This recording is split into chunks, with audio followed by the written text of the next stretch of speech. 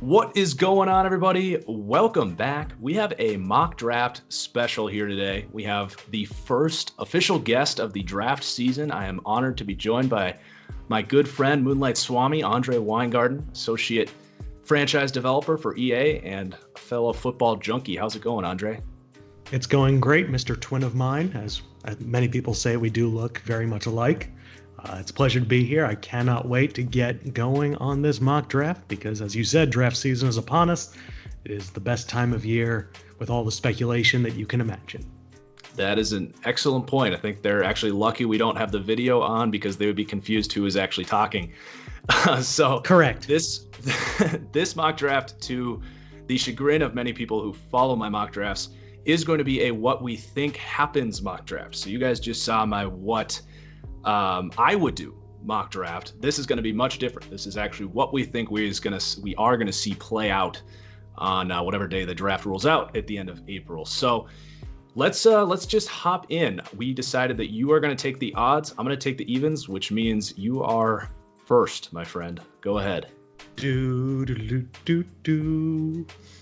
the first overall pick, the Cincinnati Bengals select the obvious choice. They take Joe Burrow, quarterback, LSU. Probably don't need to break that down too much. I think everyone has beaten that one into the bush. We basically discussed any trade down and we're in agreement. So let's just keep this thing moving. So we did actually discuss some trade downs here for the Redskins with the second pick, but we decided that Chase Young, just make the pick, plug him in there, and go from there. So yeah, I do think that things have changed a little bit in the time from when we came up with this to now, which is only about a day, in the fact that Quinton Dunbar is no longer a member of the Redskins. So that does bring Okudah at least a little bit into play. I still think, though, I think Chase Young is still the logical choice here. I agree. All right, with the third overall pick, we have a trade down situation. The Miami Dolphins move up from number 5. They also package the 26th pick, and they're going to swap third-round picks with the Detroit Lions, and they're going to select Tua Tagovailoa, quarterback, Alabama. A team that is in desperate need of a quarterback. They don't need to rush him on the field. You have your bridge starter in Ryan Fitzpatrick for the time being. You have two very big targets around in Devontae Parker and Preston Williams, plus you have the tight end. You're building a team up. You just added a premier corner in Byron Jones. You are getting back Xavier Howard next year after the injury. This seems like a logical choice to get your quarterback of the future and go from there. And you still have another first-round pick. Yes, this is definitely what I think will happen, and something I probably won't be overly critical of, but I have spent a lot of time perhaps suggesting that Tua might or might not be the right decision for Miami. We'll see what they can do with the offensive line in the future, but I understand the verdict that a lot of people have on Tua, that he is worth building around. So Let's move on to the New York Giants with the 4th pick. Another interesting one, a lot of different directions they can go. You got some elite prospects on the board with guys like Simmons and Okudah. But Dave Gettleman is a stubborn man. He likes his big boys, and we actually both agreed that Tristan Wirfs is going to be the guy he kind of falls in love with. We discussed that they do still have Solder there at left tackle. Whether you think he's a long-term answer or not is up for discussion, but Wirfs can plug in there at right tackle.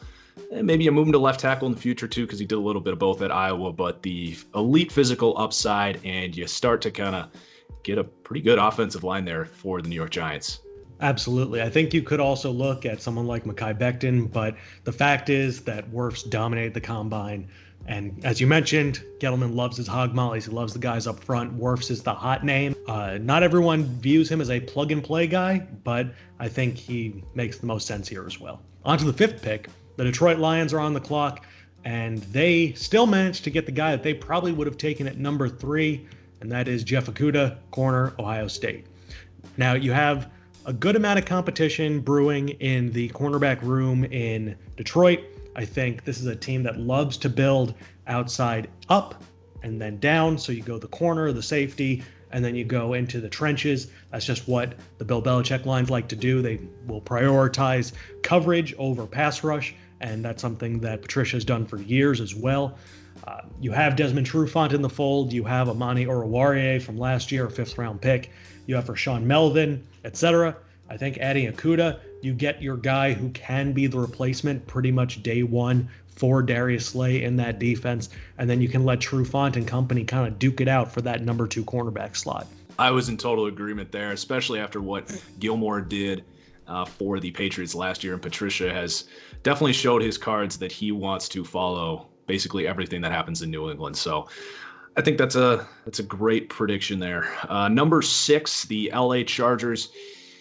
We said Justin Herbert here, and to me, not a huge fan of Justin Herbert.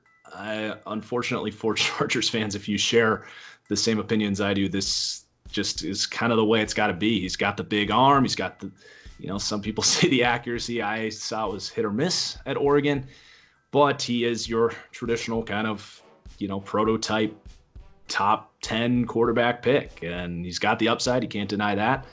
And they are very desperate for a quarterback. Yep. New market, obviously. Now that they're moving into the big stadium, they need to be able to draw in fans. Herbert is a very smart player. I think a lot of teams really fell in love with him in terms of his true IQ. Mental IQ definitely could, or mental processing could use a little bit of work. The offensive line, they definitely have built that up a little bit over this offseason, bringing in Bulaga, bringing in Trey Turner.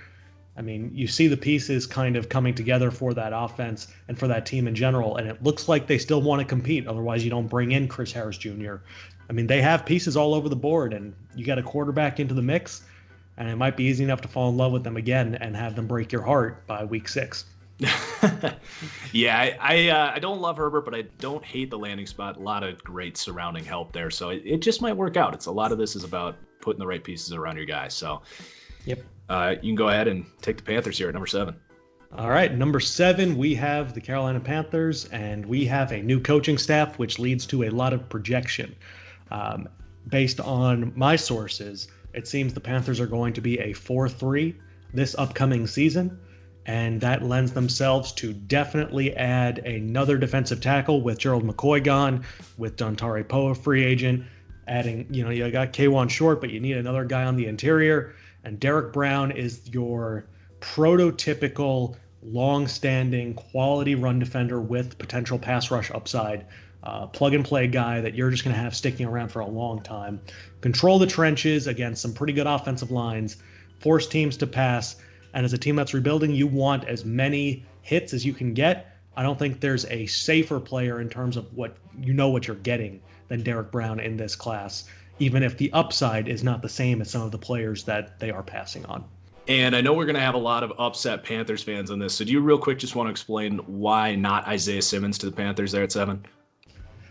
Yeah, absolutely. I think Simmons would make some sense, but if you're going to draft him to be your box safety, the value of having that surefire defensive tackle versus having a box safety, you're kind of getting to the same spot of what is the value of this player. There are plenty of good safeties in this class. If you want to get a guy who's really that versatile chess piece, you could also go Jordan Chun in the 2nd round. They brought in Justin Burris, who's not exactly a star, right? But he definitely showed some flashes, and they might want to give him a shot. This is a rebuilding team, and you already have your weak side linebacker in Shaq Thompson. So I don't really see Simmons as your Mike. And it's definitely possible, right, that they go and they play a little bit more of that sub-style defense, 3-3-5, tight fronts, Baylor style. But I don't think you can rely on that the same way in the NFL. And I think they'll probably try to just make sure that they nail that first pick, being Derrick Brown. It doesn't have to be a sexy pick. It just has to be a good one. Yeah, I'm with you on that. All right, so the 8th pick, this was the Arizona Cardinals. And we entertained a lot of options here. We talked about receiver, but after the DeAndre Hopkins thing, it just probably, you're going almost overkill at that point. They got some youth at guys with guys like Christian Kirk, Andy Isabella. You also have the Hakeem Butler. And the ageless Larry Fitzgerald. Yeah, you do have Hakeem Butler there and Larry. So they got a lot of bodies there. So we diverted our attention to offensive tackle, which definitely feels like the right move for them. And then it just became, who do you go with? Do you go with a right tackle in Jedrick Wills? Do you go with a guy like Mekhi Becton or Andrew Thomas? And a lot of good players there. Just based on kind of what we're hearing, the combine he had, the quick sets, the high floor that Becton's going to bring in this offense as a quick pass set kind of guy. You hope he can develop more and maybe develop his IQ a little more on those move blocks that they're going to run in this scheme. But just kind of felt like Becton is who this team's going to fall in love with. Hopefully Kyler Murray can get the throwing arcs over that 6'8" frame of Mekhi Becton. But I think this to me felt like the pick. Yeah, absolutely. And I think you'll see a lot of cut blocks out of Becton on those quick RPOs to that side, right? Yeah. Just getting at it down. Get out of his way. Yes. At number 9, the Jaguars are on the clock, and they get the perfect player for that team. You get Isaiah Simmons here with the projection that he is going to be your chess piece safety. You don't need him at linebacker. You have your Miles Jack. You have your Joe Schobert. They could have gone potentially Derrick Brown if he was there in this spot, but I think this almost saves them from themselves because I think they're a team that's a little bit more well-equipped to use Simmons in a way that can top off a defense. You can also have DJ Hayden kind of play that inside-outside flexibility. You can use Simmons in a lot of different ways. It just seems like a natural fit to continue improving that pass coverage team after acquiring Joe Schobert and getting Miles Jack back. I absolutely love this fit. If they lucked into this, because that's really what it would be, honestly. Simmons a top 3 player, I think, maybe for both of us, certainly for me. Yes. But, I mean, just the mid-level coverage you're going to have, especially if they could, convince Telvin Smith to come back. Oh, man. Yep. Just good luck throwing up the seam on this team. Okay, number 10, the Cleveland Browns. Pretty easy pick here. Andrew Thomas. They need a left tackle. That's what he played at Georgia. Could have gone Jedrick Wills. You're asking him probably to switch over to left, or you're asking Jack Conklin to do that. When these guys are as close as prospects as it is, it's actually pretty simple. Just take the guy that's going to be playing in his natural position in Andrew Thomas. And I think that's all we need to do to explain that one. I think that's an easy choice. And on to pick number 11, the New York Jets are on the clock. And we discussed a lot of different possibilities here. We discussed wide receiver. We discussed defense, maybe even corner in this spot. But it's really hard to pass up Jedrick Wills here. You need the right tackle so desperately. You need to build around Sam Darnold. You have to give him a fighting chance. And with enough wide receivers in this class, you could get someone in day 2, maybe multiple guys in day 2, day 3 that are still starter caliber players. You just need to get someone who can hold the point for him, and then you can go from there. And this also will help out their run game. He's just a monster of a right tackle. And I think that's an immediate upgrade, especially after the offseason they had with all of their woes on the offensive line coming into this year. They need to invest as much as possible to give Darnold a fighting chance. Yeah, nailed that one. Don't even have anything to add. The Raiders with the 12th pick. Jerry Jeudy going to fall to them in this situation. They've got some good sort of short to intermediate targets there with the running back, tight end, slot, but they need a real outside number 1 guy that isn't Tyrell Williams, and that's going to be Jerry Jeudy. Quite possibly the best route runner I've watched coming out of college, just for 2 straight years, just unbelievable crisp routes. I don't know what was going on with his shuttle time, why he was in the 4.4s for his 20-yard shuttle, but the quickness and acceleration shows in his game, and I got no worries about this guy coming right in and being a great fit for Derek Carr. Or Mariota. But now we're having fun. Yes. The only thing I will say is Jeudy has a lot of time in the slot. If they want the true proven boundary guy, I could see CeeDee Lamb here as well. I think Jeudy is the pick, but just because, he's a guy who gets open so quickly and so rapidly, and I think you nailed every single point as to why. I love his game, but I could see them trying to go a little bit bigger body as well. So they have the options, right? All of the top wide receivers are on the board here. So now I've also argued that Henry Ruggs, despite the fact that people love to picture Derek Carr as you might in Madden as a guy that's a great deep ball thrower, do you agree that him and Henry Ruggs might not work considering Derek Carr's conservative mentality? With Carr's mentality, I think it would be a bad fit for that offense, but I do think Carr is a pretty good deep thrower. So I do agree with that. You just got to unlock it. Yeah, I mean, he had it before. I think the broken leg really made him incredibly timid. So he gets that ball out real quick. I think guys who you can trust to get open faster are just the players that will benefit him the most. And I think you can take your deep shots with guys like Waller and Tyrell Williams. You don't need to add a high investment in a wide receiver who can do that. Well, and Jeudy can do it too. 4.45. He did it at Alabama. So yeah, absolutely. On to number 13. I think this is a pretty natural pick. San Francisco 49ers select Javon Kinlaw. Take the defensive tackle replacement for DeForest Buckner, whom you traded away.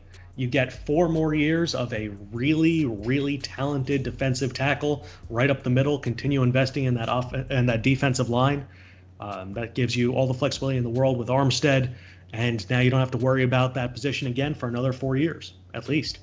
Yeah, and you can only speculate. A lot of Niners fans are hopeful that this was up for a wide receiver, one of those top 3 guys, but you can only really speculate. I think they looked at it as a lateral move they think Kinlaw is a guy that's going to be there. They see the way this board plays out, and it's hard to imagine him going any earlier than this. He is the ideal replacement for DeForest Buckner, almost an identical player with that explosiveness in the middle, and it just fixes their contract issues. And this offense doesn't really operate on the boundaries anyway, so they have their middle passing target guys. So I think this is definitely the pick for the Niners. This is probably the one I'm most confident other than the first 2 picks.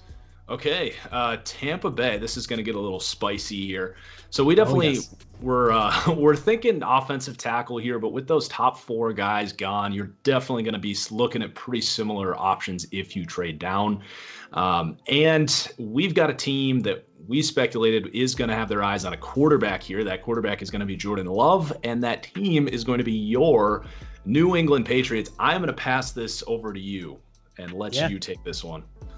How ironic. The team that acquires Tom Brady gives them the quarterback of their future in Jordan Love.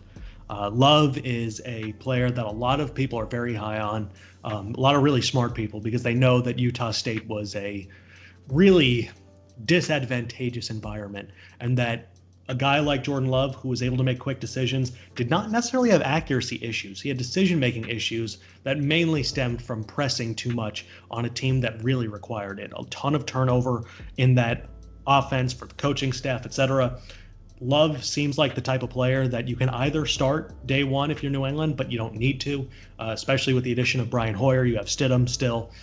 You can let one of those guys take the reins to start the season and let Love sit, because that team is not exactly built for offensive success right now.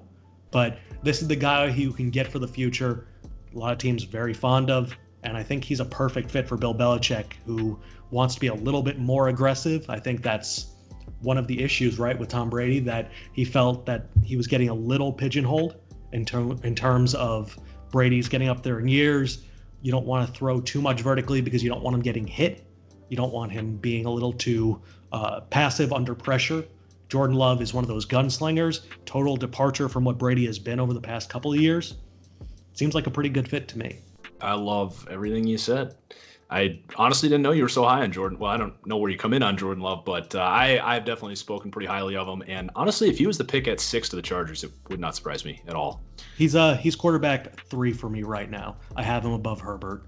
I'll have to dive a little bit deeper, but I've been a big fan of his. Yeah. Even his LSU tape, when they did not win that game, he put on a pretty good show where his team let him down pretty significantly. So agreed. All right, moving on. This one's pretty. Actually, this is actually supposed to be your pick, but we'll just go back and forth after this. Denver taking Henry Ruggs.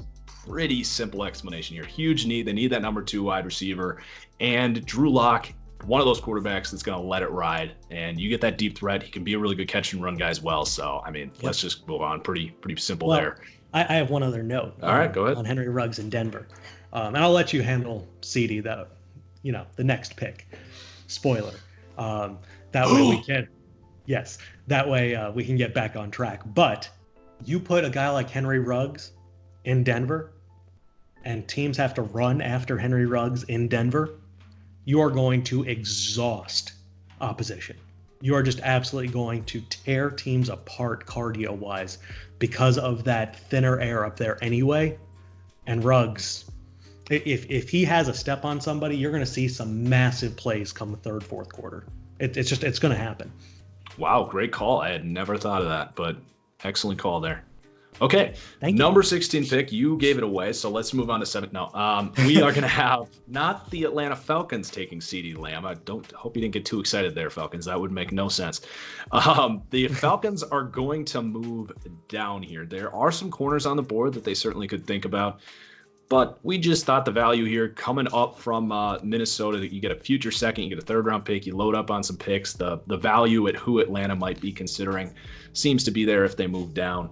So the pick here is going to be the Minnesota Vikings coming up to get their Stefon Diggs replacement, a guy that is literally my pro comp for CeeDee Lamb is Stefon Diggs. So you don't give up the farm. You know, you have that extra first round that you got from Stefon Diggs. You do have to give up a couple mid-round picks, but pretty seamless transition there, I think, from a scheme fit mentality standpoint, everything.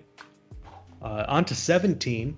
Dallas Cowboys are on the clock, and we did have a discussion before this started with the surprise retirement of Travis Frederick, but we're going to stay with our initial pick, and we're going to go Kristian Fulton here for the Dallas Cowboys corner. You know, it's just one of those situations where you need to attack the corner position early and often because you can never have too many coverage guys, as they always say. Kristian Fulton, they desperately need another guy in the fold to replace Byron Jones. You can find interior offensive line help in the second round. Maybe you trade up a little bit, go after a Matt Hennessy, Cesar Ruiz if he's still there. You have options down the road if you want to go that route, or you can plug and play McGovern or Joe Looney. Both of those guys have been on the team and you like them. I think Fulton is the perfect fit for this type of Dallas Cowboys team. Absolutely. Okay, 18, the Miami Dolphins with their lone first-round pick remaining after the Tua trade. Gotta go offensive line here. The best player. You could make pick and choose different players. Josh Jones actually wouldn't be my highest player available, but based on kind of the consensus thing we're seeing and hearing out there, I think Josh Jones will be the pick here to the Dolphins out of Houston at offensive tackle. Yeah, I mean he's just a monster, right? He had an excellent Senior Bowl. He played very well against high-level competition in limited spurts, obviously playing at Houston.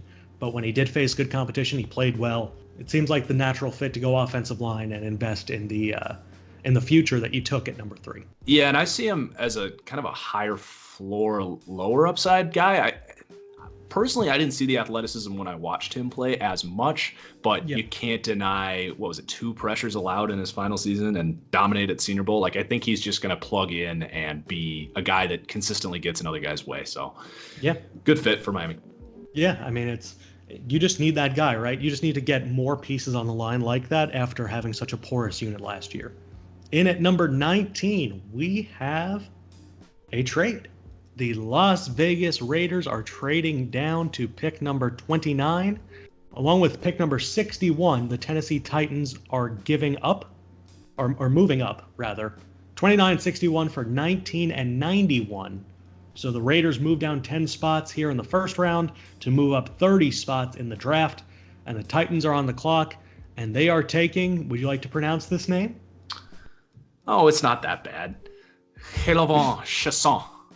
Yes, edge rusher, LSU. I think Chaisson is the perfect fit. They do need someone opposite of Harold Landry. You lose out on Cameron Wake. I was just watching some Tennessee film actually last night, and they definitely have that need as a second pass rusher in that defense. I think you got guys who are good in base like Correa, but I think Chaisson is just a very athletic type line or pass rusher that is a perfect fit for Tennessee here. Yeah, you better be putting like donuts on the ankles of your tackles' feet in practice before you face these guys, because they are going to have to drop very quickly if they want to stop those speed and bend around the edge there with Landry and Chaisson. Oh, yeah. You just have guys who, if you add another person on the interior with Simmons and Jones in a later round who can push the pocket, you're going to have nowhere to go. Yes.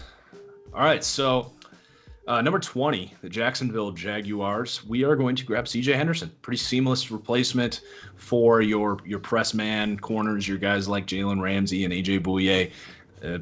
That's basically the mold he's going to play. He loves playing with his eyes to the quarterback. He's going to do a ton of that here in Jacksonville. And what an upgrade in the secondary for a defense that really needs it, getting Simmons and Henderson out of this class. Yeah, I think that's a fantastic combination. I think Chaisson might have been the pick if he goes one more spot, and that's why Tennessee moved up, because they wanted to jump Jacksonville, who does need another pass rusher, especially with Ngakoue on the block and Calais Campbell out of the fold. So I think both of the moves from both 19 and 20 make sense in conjunction with another. And yeah, CJ Henderson, along with his very, very good testing numbers on his speed, that's a perfect fit. And put him and Trey Herndon out there, along with Hayden and all the other resources they have now in that back portion of their defense. It's a team that is building in the right direction. Trey Herndon, definitely the missing piece that nobody knows they need. All Correct. right. I'm a big Herndon fan. Good to know. All right. Yes. I'll pass Philly to you at 21. Yeah, 21. The Eagles are on the clock, and they are selecting a wide receiver. They're taking the Baylor guy, Denzel Mims. Mims, another Senior Bowl standout. Very, very good athletic testing numbers. Won over the combine hype as train well. has left the station, as they like to say. Oh, absolutely. And there are questions, right? Is he more of the Alshon Jeffrey type mold? Is he the Arcega-Whiteside type mold? Or is he more of the, I don't want to say Nelson Aguilar because of some bad memories that the Eagles have, but that type of fast, explosive wide receiver, I think he's a guy who you can depend on. He's definitely rising up boards because of the hype around him. And he just seems like a natural fit for Philadelphia, who desperately needs another piece for Carson Wentz. Yeah, you hope he's the combination of that too, and you get a guy like a Kenny Golladay who can separate and also be that big body guy. So we'll see. With a little bit more speed to him. Yeah, for sure. All right, pick number 22, the Atlanta Falcons, where they moved down. Actually kind of missing out on a couple players that you may have hoped they would have gotten at 16. Sometimes that's just the way the cookie crumbles. But they are going to get Patrick Queen, a great weak side linebacker replacement for Devondre Campbell, who they just lost. We know this team is not afraid to play undersized. You would think they're, a youth baseball team sometimes in their front seven, the way they can roll out some smaller guys. So they're definitely not scared of that. Patrick Queen kind of stays in that region of the country and can learn from his ever so present comparison, Deion Jones there.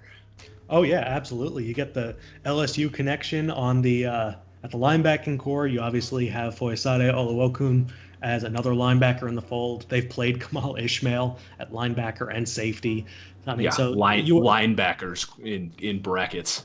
Yes, exactly. So then you add in the hard-hitting Keanu Neal, Ricardo Allen in the back end, and the defense is, while it's still not spectacular, you have some pieces there that you are at least building around. Yeah, and they're just going to have to figure out corner later. The value just didn't quite stack up there at 22. Absolutely. And now here's the fun one. Pick number 23. This was supposed to be New England's pick, but they traded up with Tampa Bay. So this is the first pick for Tampa Bay in this draft. And who else but a slot receiver? The Buccaneers select Justin Jefferson, wide receiver LSU. Would you like to gush over Justin Jefferson here? Man, would I. Justin Jeff 444 son is a total beast. He played 7 snaps at LSU that were not in the slot last year. He can definitely find those soft spots in zones. I think he's got some good shiftiness to shake man coverage early as well, but I mean, I think he could step outside and play some more outside at the next level as well. They're not going to need it. You got Mike Evans and Chris Godwin here, but I can't think of a perfect last piece here for Tom Brady. Now they absolutely have got to bring DeMar Dotson back if they're going to make this move. I think they can find a way to make that work because they do need to get a pass protection for Tom Brady. But talk about a wide receiving core, man, just perfect fits. Yeah, I think Jason Peters also is willing to play right tackle, so that could be another less expensive version of a plug-and-play right tackle for them if they need it. Just a nasty unit for Tom Brady. Okay, number 24, the New Orleans Saints. We debated linebacker here. You still have Kenneth Murray sitting there. I know a lot of Saints fans want that, but AJ Terrell is sitting there at the cornerback depth chart here for New Orleans, who's one of 5 or 6 teams in this league that understands that you need 3-4 good corners in the league. They are constantly addressing this. I do think this is where their priority is going to be. They have some veterans there, but I mean, they lose out on Eli Apple this year, and I think this is going to be their priority, and I don't think it's a huge reach either. I think he can play some of that man coverage that they like and plug right in there and maybe start. Yeah, I think Eli Apple, in quotes, being a loss, right? Like, he's a decent number 2 corner, but it does create a hole not having him there. PJ Williams, obviously free agent. Patrick Robinson, more of a slot/matchup safety at this point in his career. I think when you see Justin Jefferson fly off the board the pick before, your heart just sinks right into your stomach as a New Orleans Saints front office member, because it's like, we have to deal with Julio Jones, we have to deal with Calvin Ridley, we have to deal with Mike Evans, Justin Jefferson, Chris Godwin, we have to deal with DJ Moore and Curtis Samuel, and we have one corner that we can depend on, Marshawn Lattimore, and it's like, yeah, we need to get somebody else, and who else but the very competitive AJ Terrell, who we saw in the national championship. Even if he did get beat, he was competing and phased so often in that game. He's that longer, lanky type corner who can maybe match up with the Julios. Lattimore deal with the shiftier guys. You got a game plan against your division, right? Everyone builds for who they face on a regular basis 6 times a year. Seems like a natural fit. Okay. With the 25th pick, Minnesota is now on the clock. With this pick, the Minnesota Vikings select AJ Epenesa, who is basically your plug-and-play fit to replace Everson Griffin, who is not returning. Would you like to go into Epenesa? Yeah, I would love to. I do like Epenesa's game. I think he actually, you could make a pretty strong case. He's actually the most polished edge player in this class, even more so than Chase Young, just from a craftiness and like understanding what he needs to do to beat his other man point. But he does not have the explosiveness at all. He's honestly probably going to kick inside quite a bit and rush from the interior on passing downs, which, by the way, is something that this Vikings team could benefit from. I don't know if they have a lot of history of doing that with Zimmer, but I think you almost have to with Epenesa. Anyway, I do not think that Stephen Weatherly is the long-term answer at edge like a lot of Vikings fans do. You do have that high-end number 1 in Daniil Hunter on the other side. So to get a just plug-and-play starter who can move around a little bit, he is going to rush the passer. He's not explosive, but there's non-explosive pass rushers in this league that absolutely can be 60 to 80 pressure guys and dominate. So I think Epenesa very well could be that. Minnesota's trying to win right now, and I'd love this pick for them, honestly. Yeah, and they're not a team that likes to play corners early. That's a big selling point against taking a corner for a team that's trying to win now, right? It's just like, you look at the list of guys who are taken by them at corner, they get so little playing time in year 1, but a defensive lineman's that type of guy who's ready. I think that's definitely a good fit for Minnesota to get that guy who can be an impact player early on. Yeah.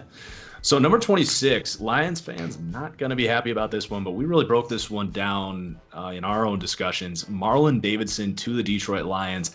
Reality is Deshaun Hand struggles with injuries, and even if he's healthy, you do need that opposite 3-tech. You had mentioned they run a lot of that 3-3-5 look with double 3 techniques, and they've done this before. Marlon Davidson, just like Deshaun Hand, played an almost identical role, a lot of edge in college, putting on some weight and becoming an interior defensive lineman. Excellent fit, offers that scheme versatility, can be a 3-down interior defensive lineman for them. You can find a nose tackle somewhere else.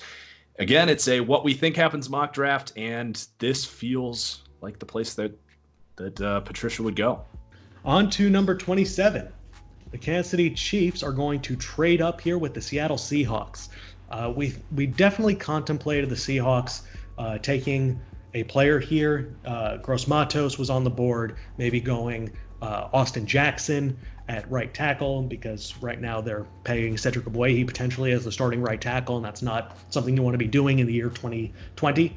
But we decided that the Seahawks, who love to move down, had a trade partner, and that is your defending Super Bowl champion Kansas City Chiefs. They give up a 4th-round pick, and they move up to take the center, Cesar Ruiz, out of Michigan. Ruiz is a fascinating player for them because center is definitely a weak point since Mitch Morse left in free agency over a season ago. They survived without having a very good interior offensive line for a lot of last season, but that does not mean it is necessarily sustainable. Ruiz is a day one starter for them, and you have obviously Mike Remmers who can play left guard. You have Wiley, you have Ryder, you have Allegretti. You have a lot of different players on the interior who could step up if need be, if Ruiz is not ready day one. But with Baltimore looming, potentially another team on the horizon in the Raiders, with an aging Rodney Hudson, maybe 49ers coming up and taking him, I think this is a pick that the Chiefs needed to make to try and top off an offensive line moving forward. Yeah, I like this move a lot. I went in a couple of my first mocks, and I had been giving them Tyler Biadasz out of Wisconsin, but Ruiz just gives you that upside. You know Andy Reid is going to dial up those screen plays where you want that mobility and space to kind of put dudes on their ass. So that's going to be Cesar Ruiz. I think he could be a borderline all-pro type of guy here for the Chiefs. Okay, let's move on to the Baltimore Ravens at 28. After their Michigan boy, Ruiz, gets taken here, there's definitely no interior offensive lineman of value here, but Kenneth Murray sitting there, easy pick. They haven't had a real middle linebacker here since C.J. Mosley departed. They had some guys step in free agency last year who did their job, but not necessarily sustainable. So grab the freak, grab Kenneth Murray. Definitely a guy that needs coaching up, but can't think of a coaching staff more suited to get this guy to become that full-on 3-4 middle linebacker. And in at 29, the Raiders, who had traded down with the Tennessee Titans, are now on the clock, and they are selecting the safety Xavier McKinney out of Alabama. So this is something that we definitely discussed at length. It seems like the Raiders view Jonathan Abram more as a free safety than a box guy, which is a little confusing. I think box is definitely the role that fits Abram well, but with that in mind, they do have a need at strong safety. You have some pieces in place, right? You have Jeff Heath, you have Eric Harris, but that does not mean that they cannot improve in this spot and potentially roll out 3 safeties at times. Carl Joseph gone definitely leads a void. And Xavier McKinney, who a lot of people have as a top 15, top 20 player in the class, falls to the Raiders, another high quality pick for them here at 29. Yeah, Gruden loves his Clemson, Alabama guys, just the high character, high work ethic kind of guys. And, if it were me, I'd paying LaMarcus Joyner $10 million. I'd have him at free and Jonathan Abram at strong, which is what he's actually good at. But it's the Raiders, and they're going to do what they want to do. So they, I think this is kind of where their mindset's going to be. Yep. All right, the Green Bay Packers at number 30. I get to make this pick for my own team. And Austin Jackson, the pick here. We entertain Laviska Shenault. Definitely could be the pick. This team definitely values taking those linemen, whether it's offensive or defensive, yep, in the first couple rounds. The depth at wide receiver in this class, the injury concerns with Laviska Shenault. I think this team's going to kind of punt it to the second round and see what they can do there. Maybe you move up for a different guy or grab one of my guys, Devin Duvernay, at the end of the second round. Austin Jackson would basically take a red shirt. He's a little more raw coming out of USC. You hope Rick Wagner can stay healthy at right tackle, but he could also come in and be a reliever at guard. You've got some pretty good depth on this offensive line now after the Wagner signing and bringing in Jackson. So I don't hate the pick. It's not flashy. It's not exciting, but you're not always drafting for this season, especially when you're in the bottom 10 picks of the first round. So there's your Packers. I'll hand the Niners off to you, unless you want to comment. I mean, I want to give you a pat on the back because I know you're not ecstatic about this idea. I know you're not ecstatic about it, but there is upside and bright side. There's been worse Packers picks in the first round in the last 5 years. I'll just leave it at that. Yeah. And on to 31. This is one of my favorite picks in this class. We have the 49ers taking Jalen Johnson, corner out of Utah. You want to talk about a cover 3, bump and run, long physical corner? Look no further than Jalen Johnson. He is of that mold. He's going to learn from the best in the business in it being Richard Sherman. And you put him into the fold, you get some extra corner depth. Whether you like the guys who are there already or not, you have someone like Jalen Johnson to put into the mix. And you are set in your life past Richard Sherman. And if you want, you could throw Jalen Johnson out there a little bit earlier. Have him compete with the likes of Emmanuel Mosley and Ahkello Witherspoon, maybe even compete inside a little bit with K'Wan Williams if you want to go there. He could end up being maybe some safety depth for you if you want. If Jimmy Ward or Jaquiski Tartt or whomever get hurt, like he's just a football player. I think a lot of those Utah guys are, and it seems like a very good fit. Absolutely. I like it. Pick 32 to the Seattle Seahawks to round out our lovely first round mock here. And this is who we were targeting when we moved down. Yetur Gross-Matos, a little bit raw, but fits that physical profile. They like their bigger defensive ends there. And he is really like put on weight. I did a ton of Penn State games his sophomore season. He seemed a lot thinner, but then you dial it up in his junior year and it's like, all right, this guy's getting thicker. So I think he can definitely play the run right away in year one. He can, I'm not the biggest Jadeveon Clowney guy. I think he can give you 85, 90% of what Clowney gave you as a pass rusher as a rookie. Wow. So I think it's a great fit, and they totally whiffed on LJ Collier. Most people had him as a third round prospect, and he's kind of been that way. So maybe you get something from him, maybe you don't. Huge need and has some upside. All right. This was a pleasure. I thank you so much for coming on. And this was awesome, man. Thank you for having me. Absolutely. Hit that like button, guys, as you always do. Make sure you follow Swami if for some reason you don't already. I'll link the YouTube down below. Still doing some good rebuilds and stuff. So that's going to do it. Peace out, guys. See you later. Peace. Hey guys, before you go anywhere, I hope you enjoyed the mock draft. Now, I did have to cut out a good bit, so there will be a deleted scenes portion of the mock draft on my podcast. That is the Fully Inflated Football Podcast, so make sure you go check it out. About 10 minutes of deleted content from this mock draft. Peace.